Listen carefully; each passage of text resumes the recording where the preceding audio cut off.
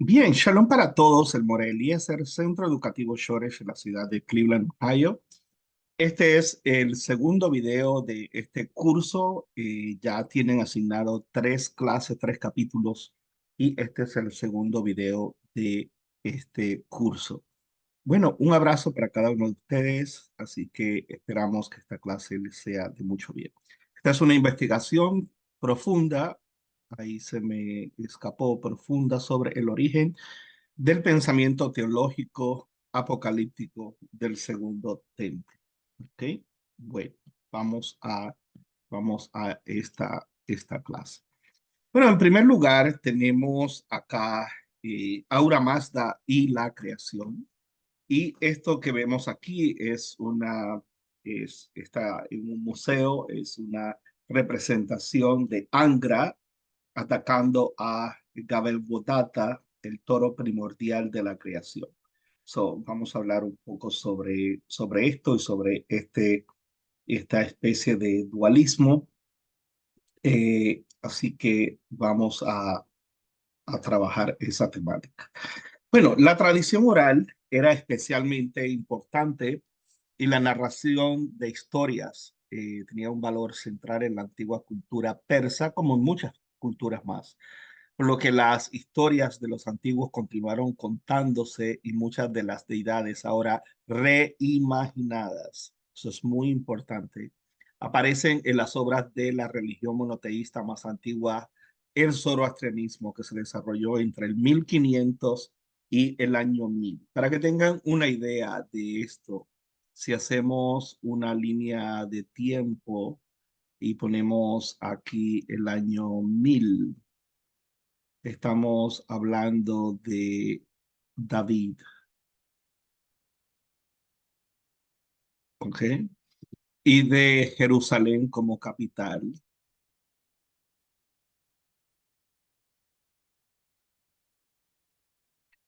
Si hablamos del 300 al 200, esta es la fecha en que los que creen en el Éxodo ponen el Éxodo.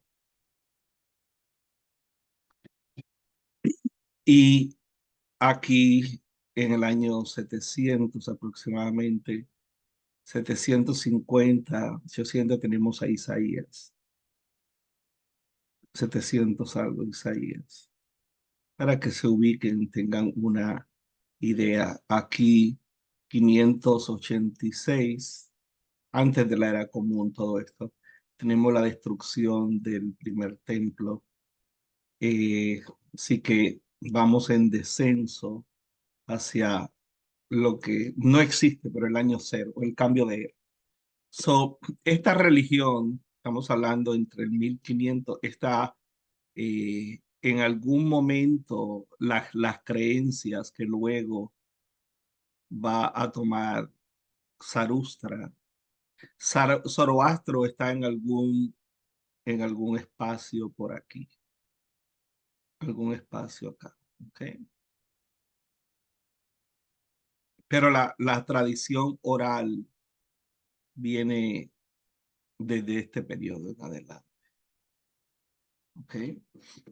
Esta fe se desarrolló a partir de un sistema politeísta primeramente, anterior, que representaba un panteón de dioses liderado por su rey Aura Mazda, que se enfrentó a las fuerzas del espíritu maligno de Angra Min, que es la representación del mal. Y el profeta Zaraustra o Zoroastro revisó esta visión anterior, de modo que Aura Mazda se convirtió en el único Dios verdadero, mientras que las más significativas de las otras deidades se convirtieron en emanaciones. Y esto es un lenguaje que todavía está en el judaísmo, las emanaciones, y cuando se habla de las sefirot y en el misticismo judío, y en el cristianismo no se habla de esa forma, pero básicamente en la mente de las personas, eh, este asunto de ver eh, el Espíritu Santo fuera del concepto trinitario, básicamente también es como un solo Dios, Esto es difícil de comprender, eh, por más que es un acto más de fe que todo es una deidad, pero a la misma vez todo está dentro de este triángulo y comparten toda una misma esencia, pero sin un lado ser el otro. Esto realmente tomaría explicar mucho tiempo esto, pero es complejo. Eh, Todo para acomodar esto en el judaísmo, más todavía se acepta este concepto de emanaciones. Inclusive todo lo que es espiritual se ve como emanaciones, habiendo un solo Dios, pero de ese Dios emanan varias cosas, ¿no?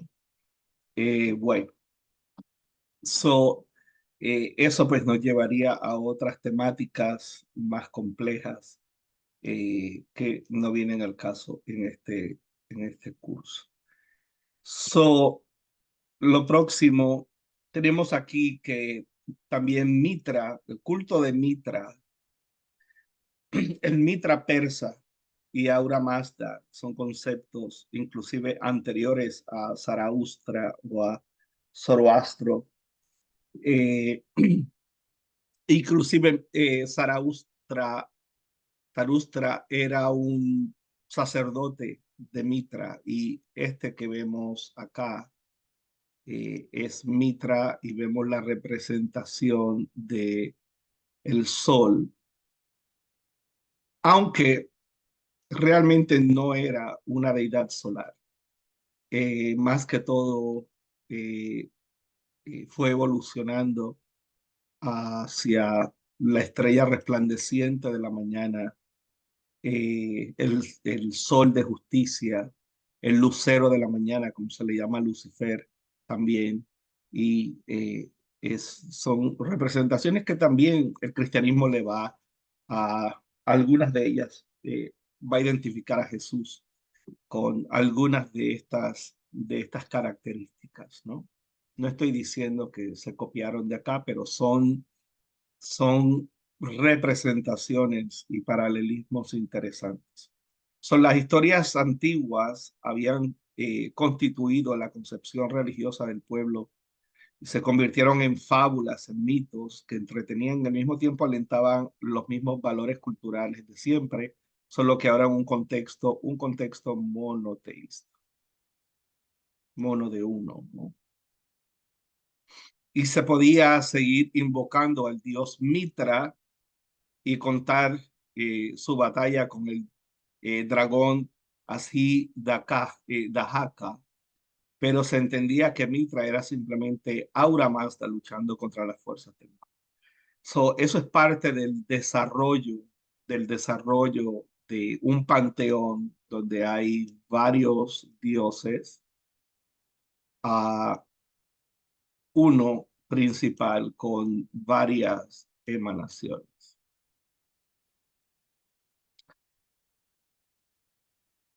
A la misma vez es complejo porque mientras esto está pasando mucho antes de, eh, diríamos, de la Torá, y mucho antes de muchas otras cosas, elementos en las escrituras bíblicas, tenemos también al dios Yahu, como ya vimos en el otro curso, también con una esposa. eh, y acá también vamos a ver una especie de conceptos también que emanan de Aura Mazda, y va a tener esposa o hija, hijos. Uno de ellos va a ser el concepto como si fuera del Mesías o Salvador.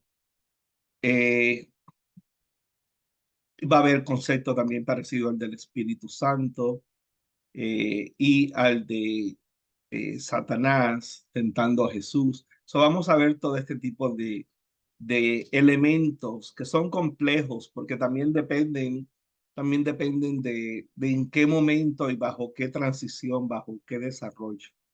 se va dando todas estas cosas. Esto no es tan simple de explicar así como pues algo que ya sucedió y nada más, tiene su evolución.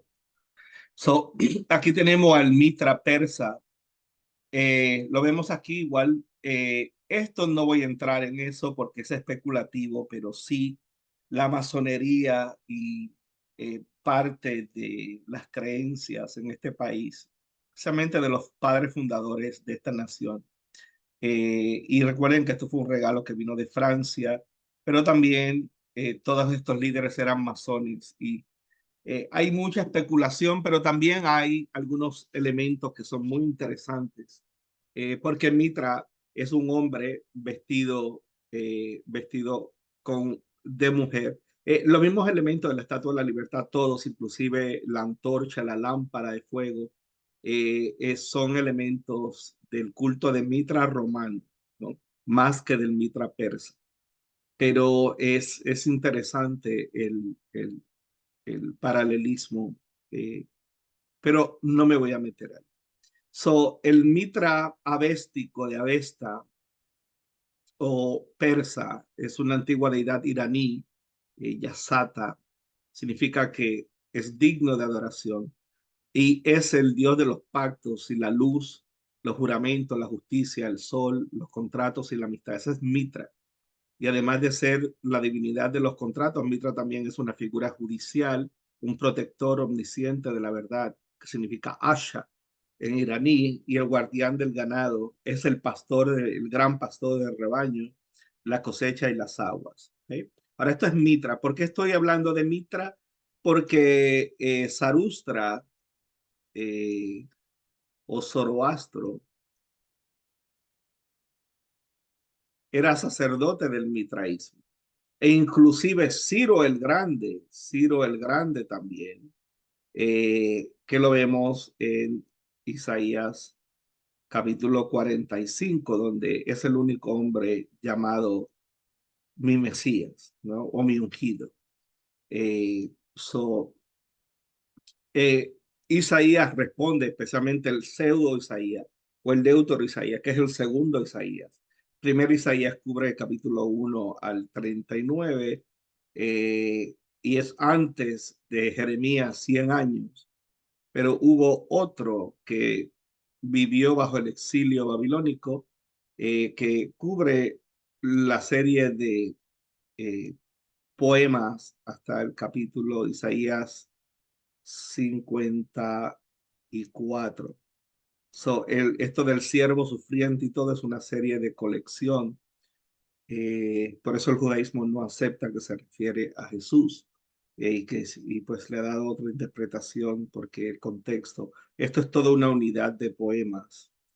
Y luego entonces viene, creo que, sí, el tri Isaías que cubre el resto de los capítulos de Isaías. Son tres autores distintos, eh, así que eso es muy importante conocerlo. Ahora, aquí, este Deutero Isaías responde a las ideas del zoroastrianismo, lo cual nos deja saber que en el exilio el pueblo judío estuvo altamente en contacto con eh, el zoroastrianismo. ¿Okay?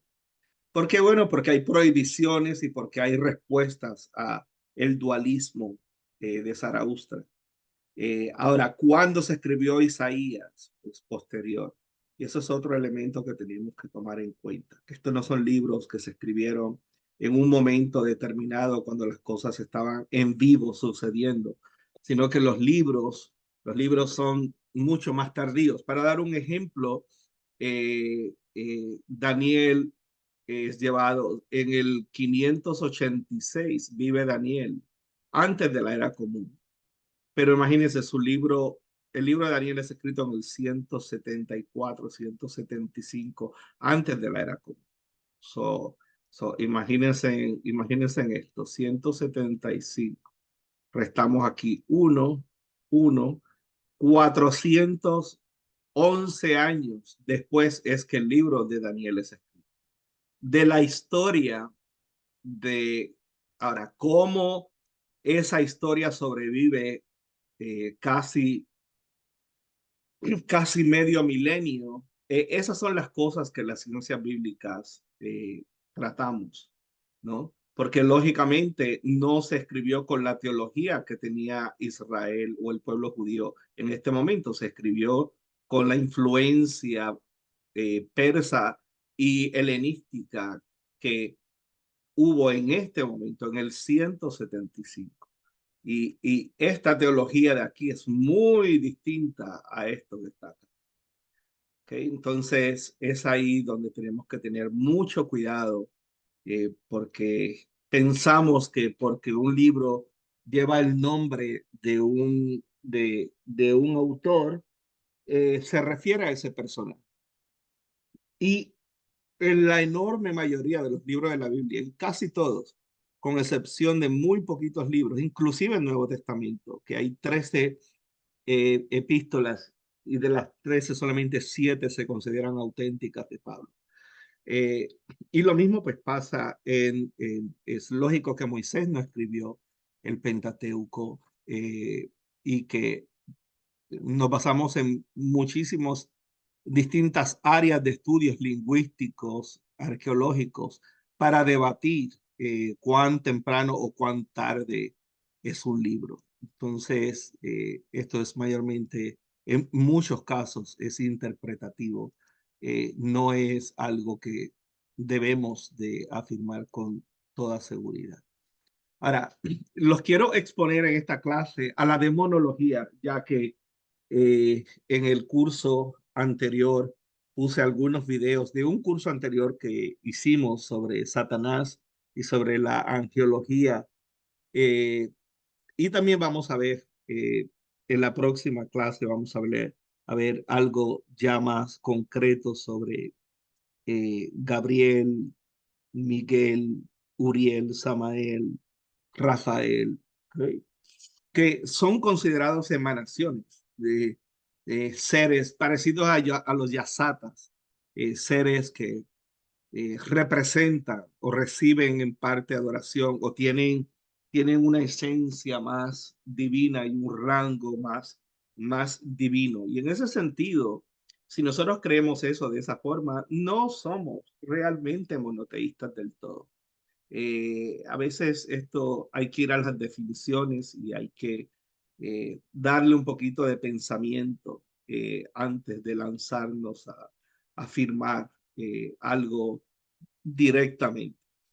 Dentro de estos rangos, solamente voy a mencionar algunos. Aishma, el demonio de crueldad que inspira brutalidad, posteriormente reimaginado como uno de los arcángeles. Eh, Aesma, Daeva, todo lo que sea Daeva viene de demonio y es considerado negativo. Son demonios de lujuria y rabia, cuyos nombres significa furia. También hay un demonio que va a salir, Asmoneo, que lo vamos a ver, que devora a los hombres y a las mujeres. Es el demonio de la lujuria y de la violación sexual, ¿no? Y que ataca a las mujeres y es muy sexual, pero sexualidad violenta. Y se cree que fue inspiración del demonio judeocristiano Asmodeo, que lo vamos a ver en la literatura y ya lo vimos en otro curso en la literatura, el libro de Tobías también. Eh, so, Judeo-cristiano Asmodeo, que aparece en el libro bíblico de Tobías, y se creía que Aesma era responsable de los ataques al ganado, especialmente a las vacas. Y tiene sexo con animales, tiene sexo con hombres, con mujeres, y se los come y los devora, ¿no? Después que los usa. Agas, el demonio de las enfermedades, especialmente, y esto todavía aún en los rezos, en las oraciones, en una de las clases de las personas que nos han apoyado, que vamos a dar después de este curso que ya estoy preparando, que voy a enviar esas 6 clases, vamos a hablar de magia y vamos a hablar un poco también de esto, porque este elemento de Ayin Hara, de el ojo maligno, es algo que Ayin es algo que está Hara, el mal ojo. Igual que el Lashon Hara, que se le ha dado otra connotación, la lengua mentirosa, la lengua engañadora. Pero todo esto originalmente está ligado a la creencia de demonología y a la creencia de emanaciones del mal, ¿no? Así que esto es el mal de ojo. Eh, y también había la idea de que si la persona se levantaba por el lado izquierdo, su día se salaba o su día estaba mal. En Juan, el Evangelio de Juan, capítulo 3, todo eso lo vamos a mencionar en esas clases. Vemos que de noche fue que Nicodemo y Jesús, y la gente cree que era para que Nicodemo no fuera visto, y es cierto, pero es porque esa noche se consideraba que era jueves en la noche, porque esa noche la gente no salía, porque si lees el Salmo 91, habla de la peste, las saetas que en medio del día vuelan, destruyen la peste. Y todo esto eran creencias muy, pero muy fuertes dentro de las personas y los pescadores también, porque había la idea de que Dios echaba al fondo de la mar todos los pecados, las inmundicias, y por ende los espíritus malignos estaban en el desierto. También cuando se habla de que el macho cabrío era para Azazel, también había una idea de que en el desierto, en los lugares desolados, estos espíritus inmundos eh, habitaban en lugares solitarios, en el desierto y también en el fondo de las aguas, porque Dios echaba ahí el pecado y nunca más se volvía a acordar de ello. Era un sitio de desolación. Si vemos Jesús pasando a la otra orilla del lago, del Kineret, mar de Galilea, que se consideraba tierra de gentiles, vemos que se encuentra con un gadareno y transfiere legiones a un hato de cerdo, pero a donde se despeña hacia el mar, porque el fondo de la mar era esa representación, ¿no? Así que cuando vemos el texto bíblico, una cosa es leerlo y otra cosa es tener todo este trasfondo. Cuando tenemos este trasfondo, vemos el texto de una forma muy distinta, porque lo vemos realmente en el contexto y en la intención de cómo pensaba la gente en ese momento. ¿Qué es lo que realmente significa esto? ¿Qué es lo que se quiso decir, ¿no? Y cuáles eran las concepciones que habían en un momento determinado. Así que eso. Y también pues había esta idea de que las enfermedades provenían, y eso lo vemos en la literatura sapiencial de los rollos del Mar Muerto y en el libro de Job. ¿Quién pecó? ¿Tú o tus padres? Y es porque esto fue la soteriología o el estudio de la salvación es un constructo, y es un desarrollo, es una evolución que pasó por varios procesos.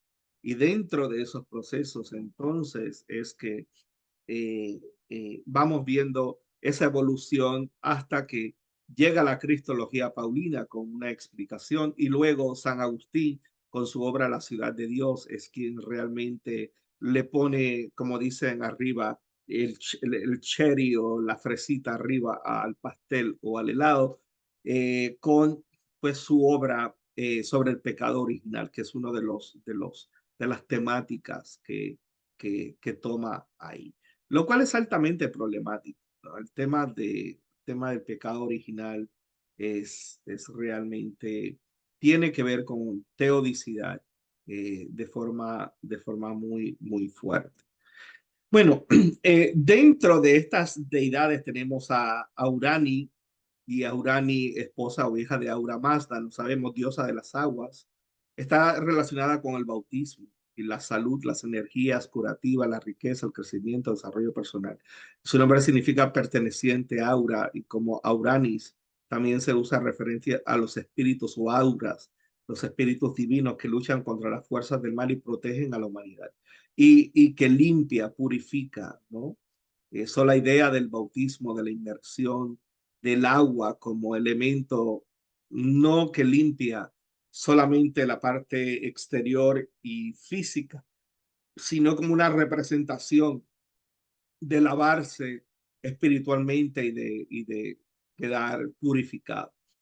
Estos auras, espíritus divinos de luz, emanaciones, esto es un lenguaje que está en la Cábala, de Aura Mazda, protectores y defensores de la humanidad, también conocidos como Auranis. Sus enemigos son los Daevas, como dije anterior, que estos son espíritus malignos de la oscuridad, ¿no? Vemos esa batalla entre estos dos frentes, y hay entidades de un lado y hay entidades de otro. Esto se va a simplificar en el mundo evangélico por medio de algo que también tiene que ver con la magia, y es el hecho de la autoridad del nombre. Todas estas, esto es algo mayormente evangélico.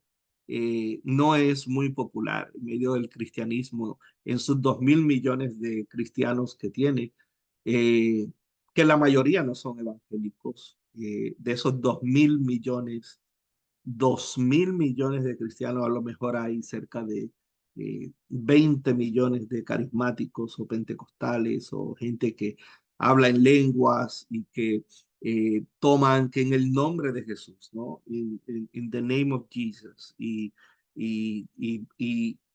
sienten que tienen la autoridad y el poder para, por medio de esa fórmula, hacer que los espíritus malignos salgan. Y, bueno, todas estas cosas, ¿no?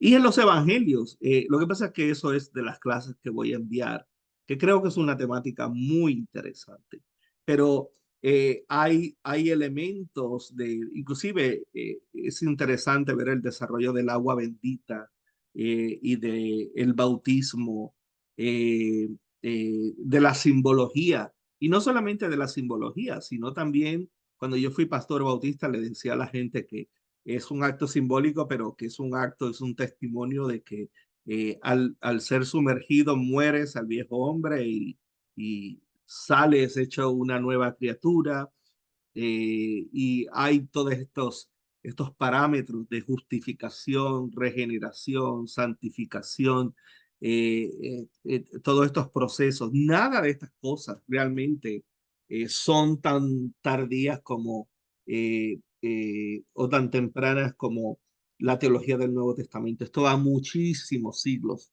más atrás en tradiciones de fe como estas que no tienen nada que ver, pero que fueron las bases para todas esas, y que va a influenciar enormemente a los conceptos de la literatura del Segundo Templo, eh, eh, por medio de la literatura apocalíptica, por medio de los hijos de la luz versus los hijos de las tinieblas, versus las batallas espirituales en lugares celestiales, en el caso de los esenios, y también la constante limpieza por medio del agua, ¿no? Y purificación, como un recordatorio, un testimonio y como un ejercicio, y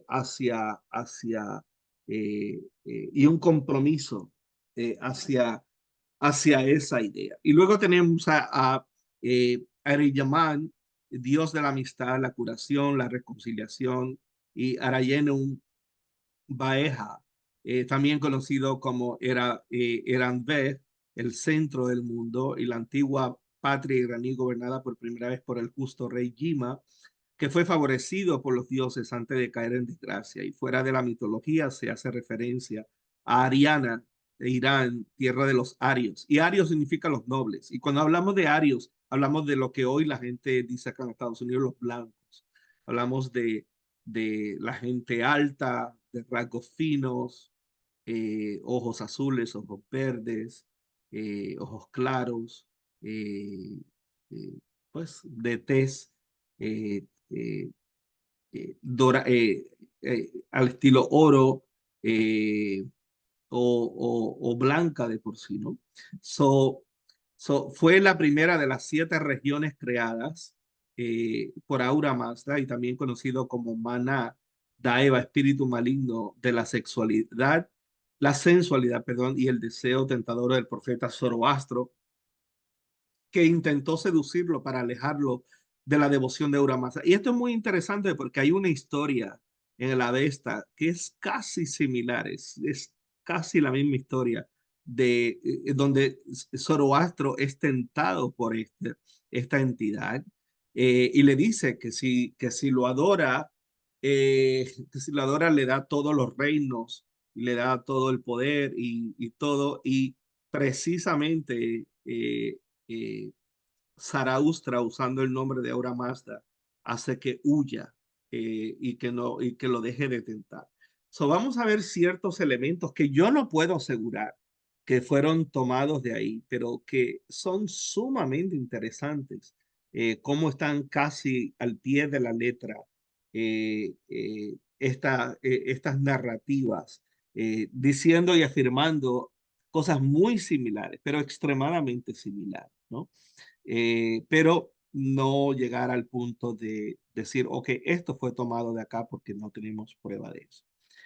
Tenemos otro elemento que esta diosa de la fertilidad, y siempre vamos a ver estas diosas con senos pronunciados, y nos damos cuenta que son cultos de fertilidad.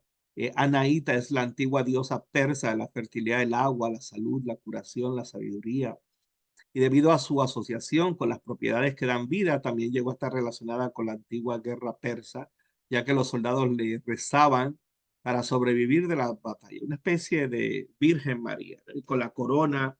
Y también vamos a ver mucho más adelante, bueno, no tanto, más o menos para el mismo tiempo de Jeremías, Jeremías es durante el exilio babilónico, vamos a ver eh, eh, pues que ya daba culto a la reina del cielo, relacionada con Ishtar, con Ashera. Eso también se le conoce como Abdi, Sura, Anaíta, Anaid, Anahit, Anaitis. Anahita fue de las deidades más populares y veneradas en la región iraní primitiva, quizás desde el siglo VIII, eh, antes de Cristo o antes de la era común, y ciertamente hasta el siglo cuarto, y sobrevivió a las reformas religiosas del profeta Zoroastro, que como una emanación del Dios único Brahmasta, en lugar de como la deidad que había sido antes. Sufrió una transformación para que su culto sobreviviera y se asocia con diosas de poderes de otras civilizaciones antiguas, como Sarawati. Sarawati es en la India y la de la tradición hindú, y Inanna, Ishtar en Mesopotamia, que pues eh, tenemos Astarte de los fenicios, Afrodita de los griegos, Venus de los romanos. Tenía más templos santuarios dedicados a ella que cualquier otra diosa persa. Incluso la llegada del zoroastrianismo, que estableció un paradigma monoteísta en la religión, y la gente le rendió homenaje regularmente a estos lugares en la caída del imperio sasánida por los árabes en el 651. Estamos hablando de una cantidad enorme de tiempo antes y después de la era común, porque en la era común, en el año 651, es que el Islam termina con básicamente, el zoroastrianismo todavía sigue, pero sufrió un golpe casi mortal por medio, en el 651, pero estamos hablando de un milenio antes del año cero, estamos hablando de sobre 1500 a 1600 años que duró este proceso, ¿no? Y lógicamente, pues lo tenemos todavía. En Purim tenemos a la reina Esther y tenemos a Mardoqueo, que es del dios Marduk, que es otro tipo de monoteísta asirio y babilónico. Eh, y tenemos al dios Amón con Amán. Eso es en el judaísmo. Pero en el cristianismo también tenemos diríamos, en la primavera, tenemos pues todo este culto de la resurrección, de los matutinos en honor al amanecer, a la resurrección. Todo esto son cultos también de primavera, eh, y son cultos de fertilidades que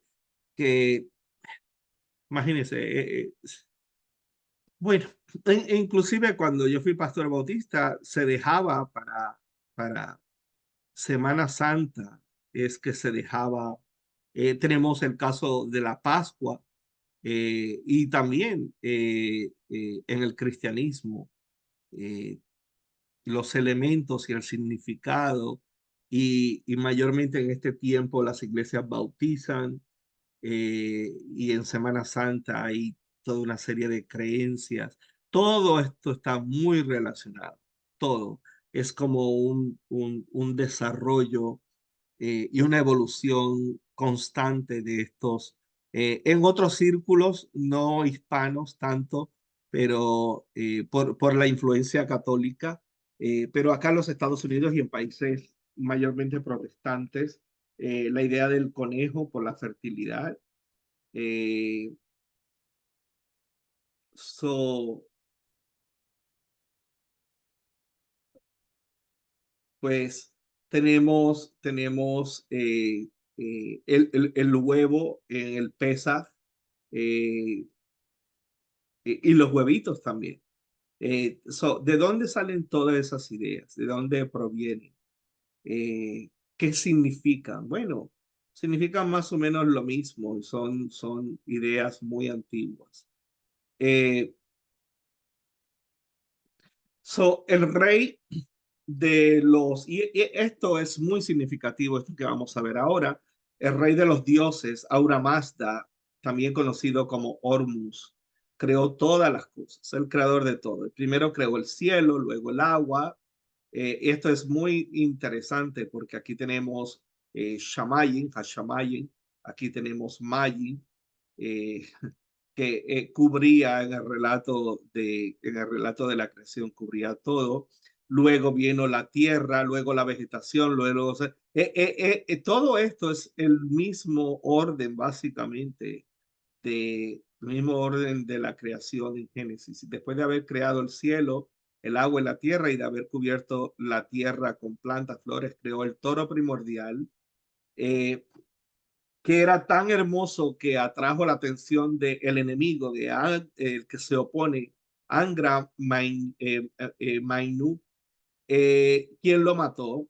Es esta especie de entidad contraria, mató al toro, pero ahora Mazda llevó el cuerpo del toro andrógino a la luna, donde fue purificado, y de su semilla purificada surgieron todos los demás animales. Y Aura Mazda creó entonces el primer humano, llamado Gallo Muertán, y también fue asesinado por Angra Mainyu. De su semilla purificada surgió la primera pareja mortal, Masha y Mashanag, que vivieron en la felicidad hasta que fueron corrompidos por las mentiras. Es esto. Ahora, estamos hablando de esto mucho antes de la Torá, y que fue el pueblo de Israel quien fue llevado a entrar en contacto con todo esto en el exilio. Sin embargo, de estas ideas son posteriores, son pre-exilio babilónico también. So, se fueron corrompidos por las mentiras de Angra Mainyu y luego perdieron el paraíso.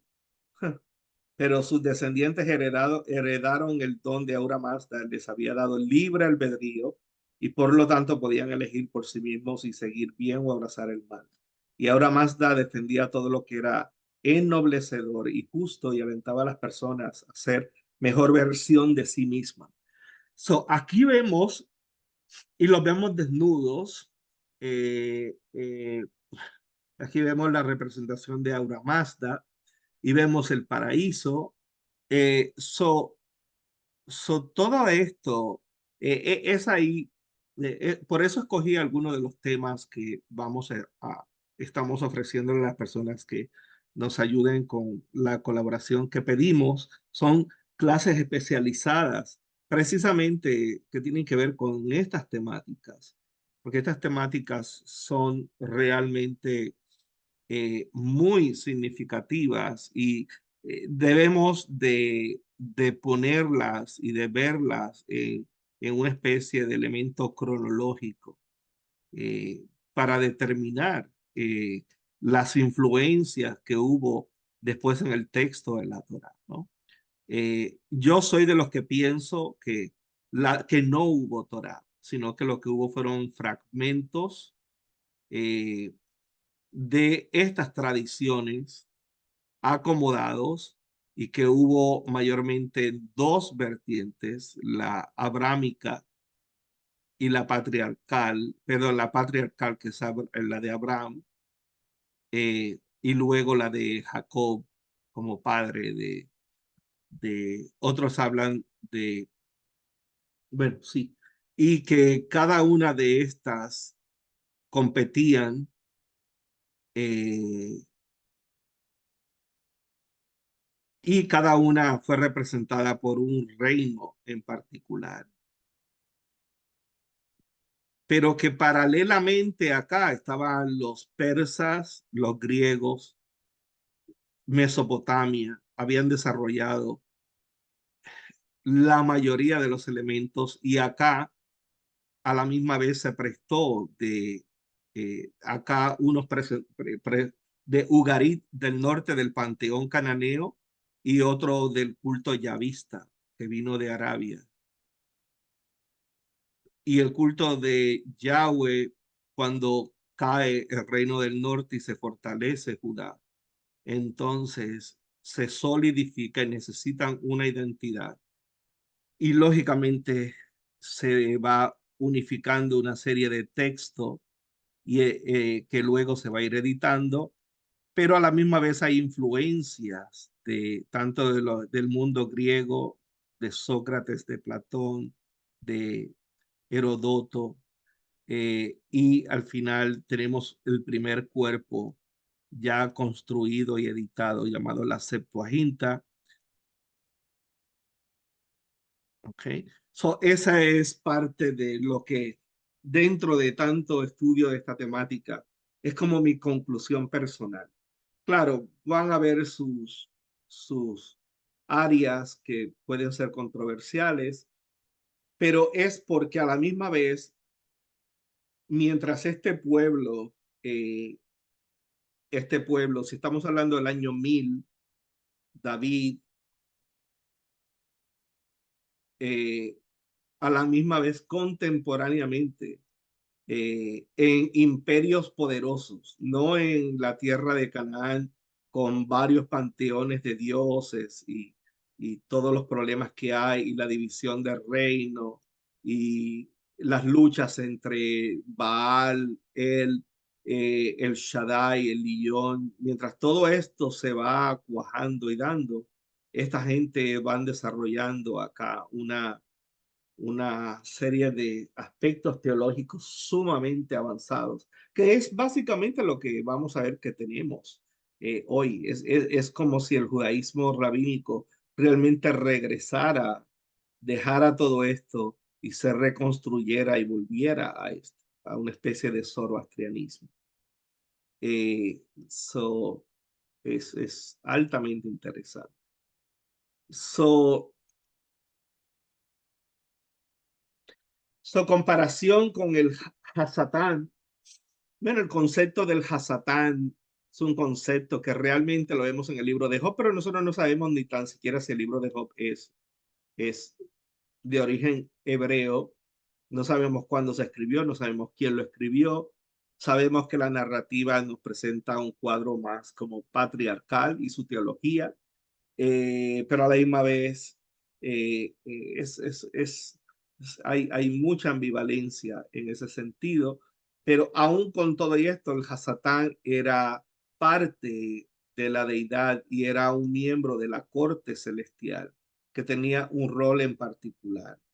Y eh, aún así, el ser humano, en este monte pongo Kelalá, en este pongo Erajá, te pongo el cielo y la tierra por testigo, y si unos se paraban acá, otros acá, y se decían las maldiciones y las bendiciones, y, y, y había pues una especie de, no había nada definido como tal, era más que todo una especie de karma, de que el hombre cosechaba lo que sembraba, que no te impacientes a causa de los malignos ni los que hacen iniquidad, porque hoy están, mañana son como la flor del campo que no están, pero no hay una definición de qué pasa después. Hay mucha ambivalencia en el asunto de castigo y recompensa, lo cual va a ser del tiempo de los macabeos o los asmoneos. Estamos hablando como unos 150 años hasta el año, eh, eh, sí, en adelante hasta el año 60, bueno, un poco más de la era común que llega a Roma, a Judea, invitado. Estamos hablando de este periodo donde, pero no es hasta el judaísmo rabínico que se desarrolla la idea de las inclinaciones. Ya es un constructo teológico más avanzado y también como una respuesta al cristianismo, de que el hombre tiene la inclinación del bien y del mal y que escoge y que cosecha cada, pues lo que decida escoger de estos dos caminos, ¿no? Pero luego este concepto de Hasatán en el cristianismo, pues es, ahora es un dualismo antagónico. Está Jesús, está Cristo y está Satanás. Y cada uno de ellos es representativo de un reino. Y este es el príncipe de este mundo y este es el Hijo de Dios que descendió al Hades y llevó cautiva la cautividad y todo eso es necesario para llegar aquí. El espíritu de discordia, el, el, el, el que se opone a todo, Angra Min, también conocido como Arimán, lideró las legiones de espíritus oscuros conocidos como los Daevas o demonios, y su único propósito era perturbar el orden establecido por Aura Mazda, porque eso es lo que significa realmente Aura Mazda, es la verdad y el orden, y destruir cualquier belleza que Aura Mazda hubiera creado como en los casos citados anteriormente. Y su origen en la religión iraní primitiva nunca se menciona, pero su trabajo posterior del orientalista Martin Hall eh, lo describe como las emanaciones destructivas a este espíritu angramín, el acto creativo de Aura Mazda, del acto creativo de Aura Mazda. De la misma manera que otras deidades se convirtieron en emanaciones, también lo fue Angra Mainyu, solo que este espíritu era la escoria sobrante de la creación. En otras palabras, que solo que este espíritu era la escoria sobrante de la creación que volvió sensible y malévola hacia la creación. En el sistema de creencia religiosa posterior del sorbanismo, que es otra ramificación, la facción dentro del zoroastrianismo que busca explicar la relación, esto es una pregunta que tienen que contestar, la relación entre el bien y el mal como hermanos engendrados por un mismo ser. Angra Mainyu y Aura Mazda son hermanos gemelos nacidos del dios Akarana Sorban, el tiempo infinito, y son iguales en poder. Bueno, esto es del no se confundan, del sorbanismo, esta posición que está aquí. ¿Ok? Cuando les pregunte qué es el sorbanismo, pues eso es lo que contesta. ¿Ok? Acá es igual que en la cábala se habla de la luz, pero que constantemente se están creando millones, miles y miles de mundos.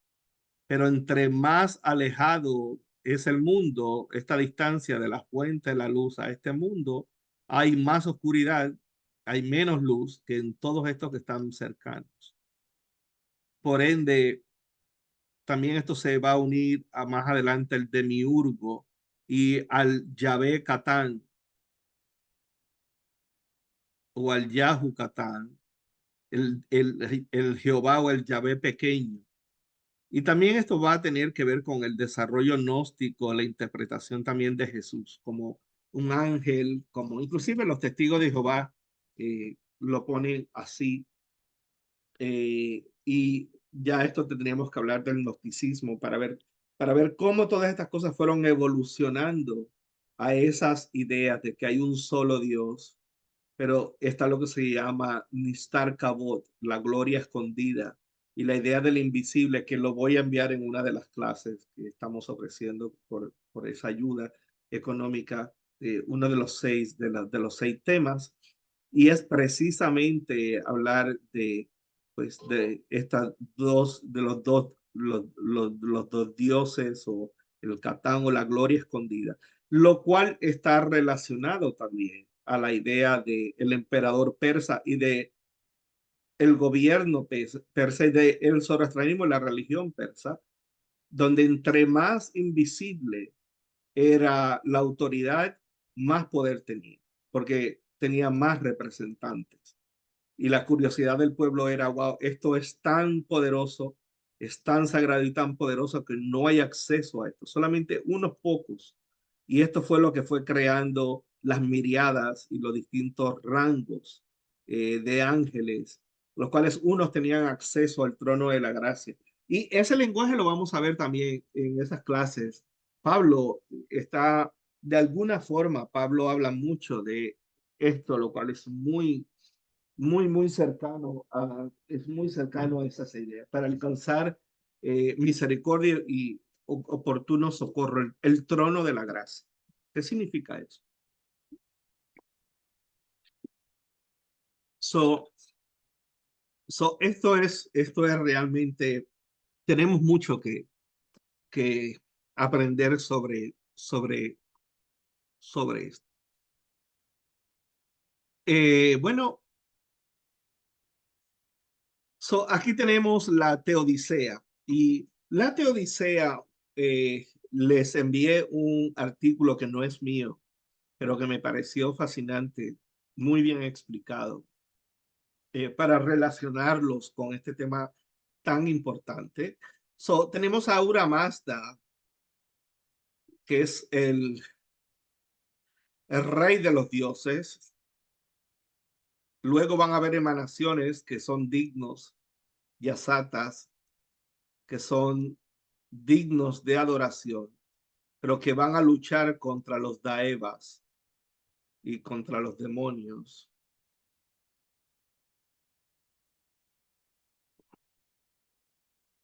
Angra es una especie de Satán, eh, principio del mal, el caos, la discordia, que es necesario. El problema en el cristianismo es que comienza todo en caos, pero no se explica quién creó el caos, ni cuál es el propósito del caos, ¿no? Y por qué no se vence al caos que tanto daño hace. Y si este Dios, si el Dios real es perfecto y es único y ama la santidad, ¿por qué entonces tienta a su creación? ¿Y por qué sabiendo que iba a caer, porque eran débiles, por qué permite todo ese tipo de cosas, ¿no? Y claro, van a haber debates para justificar a Dios en esto, la teodicea, a favor y en contra. Pero Mitra, que es el dios del sol naciente, de los pactos, una vez que hay esta caída o esta necesidad, se necesita un dios de pactos y un dios de contratos, para que el libre albedrío para allá y para acá se pueda manifestar. Pues se necesita contratos, pactos, brit, o en un pacto nomos en griego, en latín normos.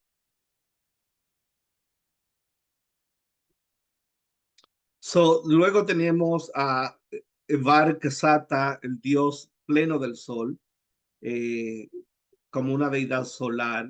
o una manifestación. Anita, diosa de la fertilidad, salud del agua, la sabiduría, que ya la vimos, una especie como de Virgen María. Reshnu, el ángel justo de los muertos, el ángel de la muerte. Tenemos el dios guerrero de la lucha contra el mal. Esto se parece a Gabriel y a Miguel mayormente, que luchó por el cuerpo de Moisés. Dioses de la agricultura y la lluvia, Dios elemento divino del fuego, personificación del fuego, eh, Dios de la cosecha, salud, fuerza, vitalidad de la planta, iluminación, el Dios del viento, que ahuyenta los malos espíritus, y Sorban, el Dios del tiempo infinito. ¿Okay? So, es para que tengan una idea de cómo eran estos panteones de dioses, que los cuales fueron luego evolucionando a emanaciones, no a dioses, sino a emanaciones. Cosa que tenemos también. Tenemos, bueno, so, estoy aquí. Ok, muy bien. Bueno, en el caso de Aura Mazda, a diferencia de lo que el cristianismo y el judaísmo habla de Jehová o de Yahweh, de Yud-Heh, Vav-Heh, o de Hashem, o de, bueno, Aura Mazda no es omnipresente ni todopoderoso. Por tal razón, el zoroastrianismo no tiene que responder al problema de la existencia del mal, porque al no ser poderoso, no creó al mal, no asume responsabilidad por él. Igualmente, no se puede tener verdadero libre albedrío cuando se tiene un Dios omnipotente y omnisciente, porque si todo lo sabe y todo lo conoce, pues es responsable de todo, porque nada se escapa de él y tiene el poder para hacer todo. Si no lo hace, pues es su culpa. Si puede acabar con el mal, pero no lo hace, y si no lo hace, entonces no es lo que dice ser.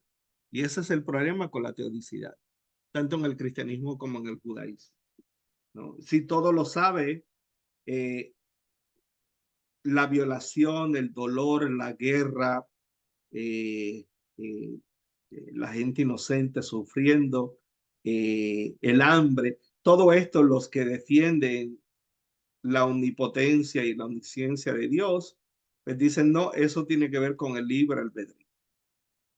Con lo que el hombre decide, va a tomar decisiones que va a afectar su calidad de vida, por ende Dios no es responsable de eso, sino las decisiones que las personas toman. Eso suena lindo, pero eso tiene montones de problemas también, ¿no?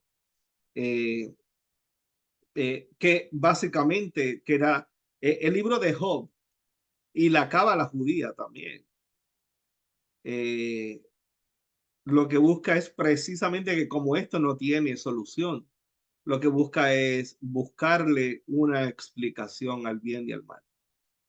Eh, la cual dentro del texto bíblico va desde nuestros padres, luego evoluciona de que el padre no será responsable por los pecados del hijo, ni el hijo, sino que cada uno será responsable de sí mismo. Esto va a tener distintas evoluciones, precisamente porque la Biblia no nos dice, inclusive los rabinos cambiaron Isaías cuando dice, fuera de mí no hay otro Dios y yo soy el creador del bien y de la adversidad, o del bien y del mal, lo cambiaron a Col, a Jacob, a todas las cosas, ¿no? Si hay libre albedrío, entonces no puede haber un Dios que es responsable del mal y que conoce todo. Porque si lo conoce todo, lo controla todo y tiene el poder de hacerlo todo. Entonces, su creación, él sabe lo que va a pasar con su creación.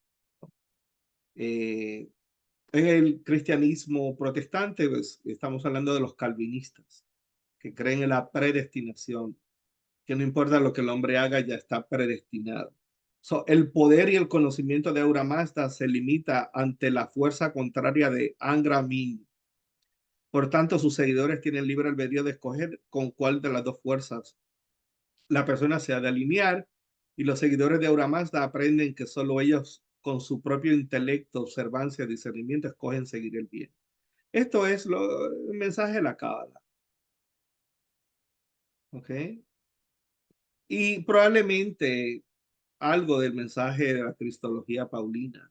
Renovados en vuestro entendimiento, la actitud de estar siempre gozoso, por todo dar gracias, en lo bueno, en esto pensar.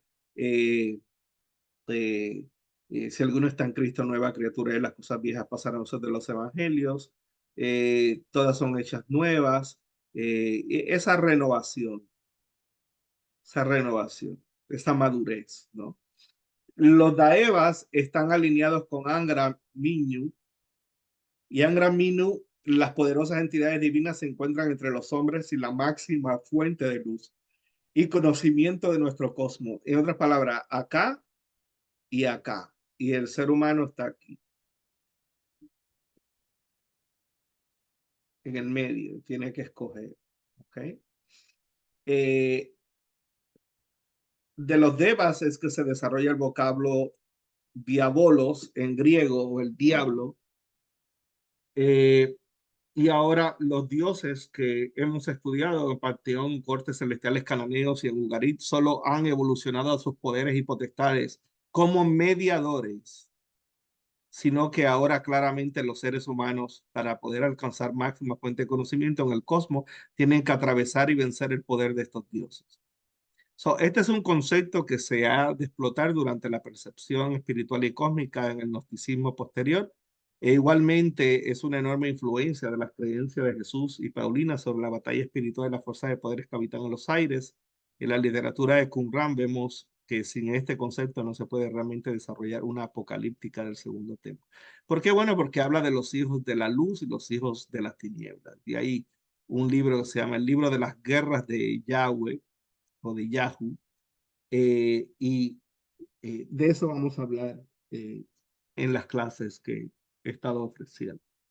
So, eh, esta es una temática realmente importante, el comprender de dónde salen estas cosas, o al menos que existían anteriormente, aunque tengan ciertas variantes, algunas de ellas, de lo que el cristianismo luego evolucionó y el judaísmo, pero definitivamente la literatura zoroastrianista, o al menos las creencias zoroastrianistas, es como esa primera fuente que tenemos, base organizada, no la primera, pero organizada en una religión al estilo monoteísta. ¿Okay? Eso es realmente importantísimo. En el caso de Ahura Mazda, que no es omnisciente ni todopoderoso, por tal razón el zoroastrianismo, bueno, eso lo puse doble, perdón. El zoroastrianismo presenta una visión dualista única del mundo, en la que la lucha cósmica entre el bien y el mal es central para su escatología. Eso se va a desarrollar con el maestro de justicia que vivió 150 años antes de Jesús. Aquellos que no han tomado el curso del Mashiach antes del Cristo, les invito, que es la base de todo esto. Bueno, lo posterior, pero ya más parecido a los, porque ahí pues tenemos una serie de apocalipsis. El apocalipsis zorástrico incluye eventos significativos como la llegada de Saoshyant, que es hijo de Ahura Mazda, y que conducirá a la humanidad a la victoria sobre el mal. Es una especie de Mesías. Y este sistema de creencias enfatiza la responsabilidad individual, sugiriendo que cada persona debe contribuir a la lucha contra el mal a través de sus pensamientos, palabras y acciones. Mucha cábala hay ahí. Y después de la batalla final, las enseñanzas zorástricas sostienen que habrá una resurrección de los muertos. Esto es mucho antes que lo que el fariseísmo menciona, donde las almas serán juzgadas y recompensadas o castigadas en función a sus acciones terrenales.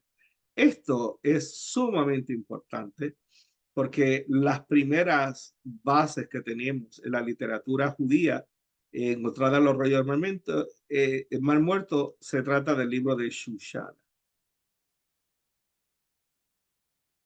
Y aún poniendo una fecha muy tarde para castigo y recompensa, estaríamos hablando del 200 antes de la era común o antes de Cristo. Y esto es muchísimo antes, ¿ok? So, tenemos una religión al estilo monoteísta, con un lenguaje de emanaciones, con una batalla entre el bien y el mal, que no tiene que explicar el origen del bien y el mal, porque hay Aura Mazda es básicamente creado,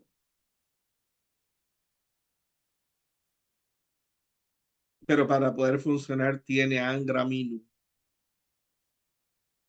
y estos dos forman una batalla básicamente por la salvación y el orden y el conocimiento, pero a la hora de la verdad la idea es regresar a lo que Aura Mazda venció, y es el cosmos y la unidad perfecta de la verdad, la sabiduría y el conocimiento. Es como si no se definiera el concepto de Dios, pero se dijera, no lo vamos a definir, pero es la fuente de todo, y es hacia donde todo, por medio de batallas espirituales, tiene que volver a llegar. ¿Okay? Esa es la idea. Ahora, ¿por qué esto es importante? Porque la próxima clase es Daniel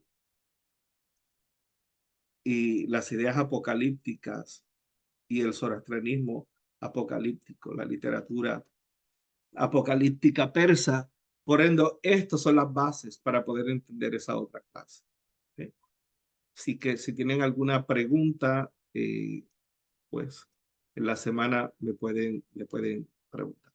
Ahora, 200 años antes de Platón, quien eh, eh,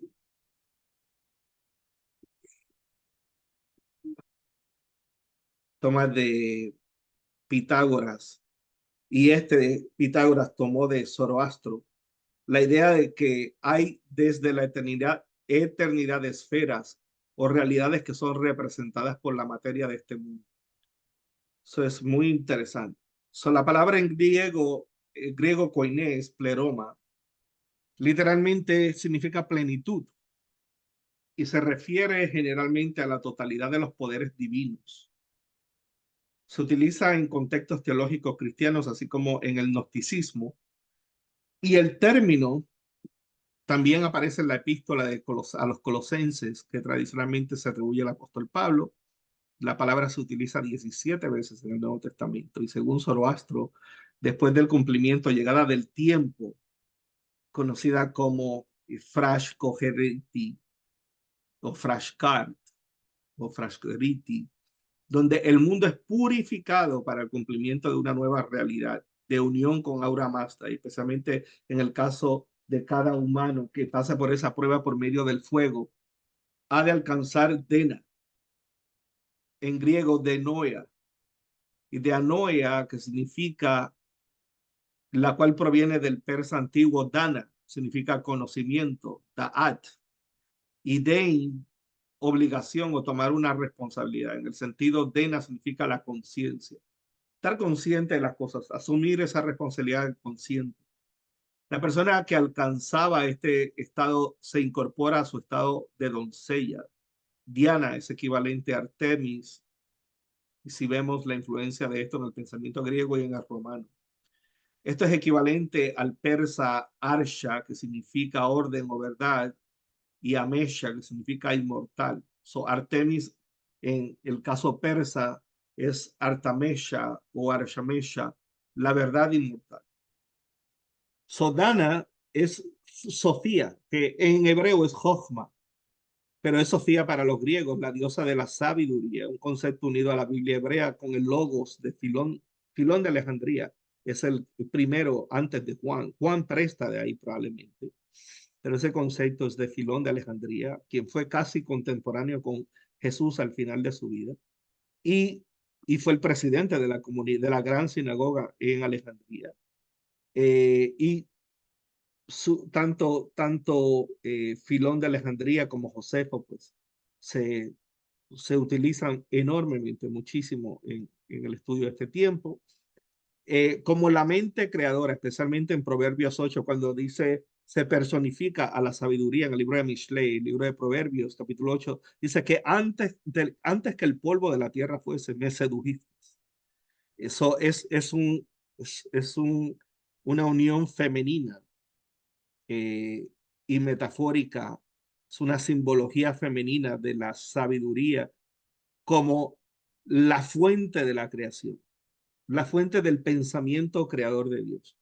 Como el poder creador aún antes del polvo de la tierra existiera y después del apocalipsis persa, tanto el hombre como la mujer ha de recibir en sus cuerpos la incorporación de Dana, de ese conocimiento, de esa sabiduría, como una nueva conciencia conectada al cosmos y a la luz, que es Aura Mazda. Y este es muy similar al cielo nuevo, tierra nueva del Nuevo Testamento, al regreso de la luz de Adán Kadmón en la cábala judía. Keter, corona, biná, entendimiento, Da'at, conocimiento, Jochma, sabiduría, igual a Dana y Sofía, Geburá, fuerza, Gesed, misericordia, Tiferet, belleza, Jod, gloria, Netzach, victoria, Yesod, fundación, Malhut, reino. Todas estas sefirot o emanaciones no se toman como deidades, pero se toman como emanaciones que provienen del pensamiento zoroastrianista, del transitar del reino de la conciencia al final del zoroastrianismo. No estoy diciendo que literalmente, porque estos son conceptos no tan antiguos como lo que estamos hablando, pero en esencia eh, no son copias, pero sí son conceptos que han evolucionado de esas ideas, ¿no? Son dos cosas distintas, pero es altamente relevante. Bueno, si tienen alguna pregunta sobre esto, me dejan saber. Estudien bien todo. Las preguntas son un poco extensas, no son preguntas, tienen que explicar muchas cosas. Traten de hacer el mejor trabajo que puedan en eso. Y luego, pues, probablemente nos reunamos y podamos discutir alguna de esas cosas. ¿Ok? Un abrazo para cada uno de ustedes y este es el segundo video. Bueno, gracias para todos. Shalom.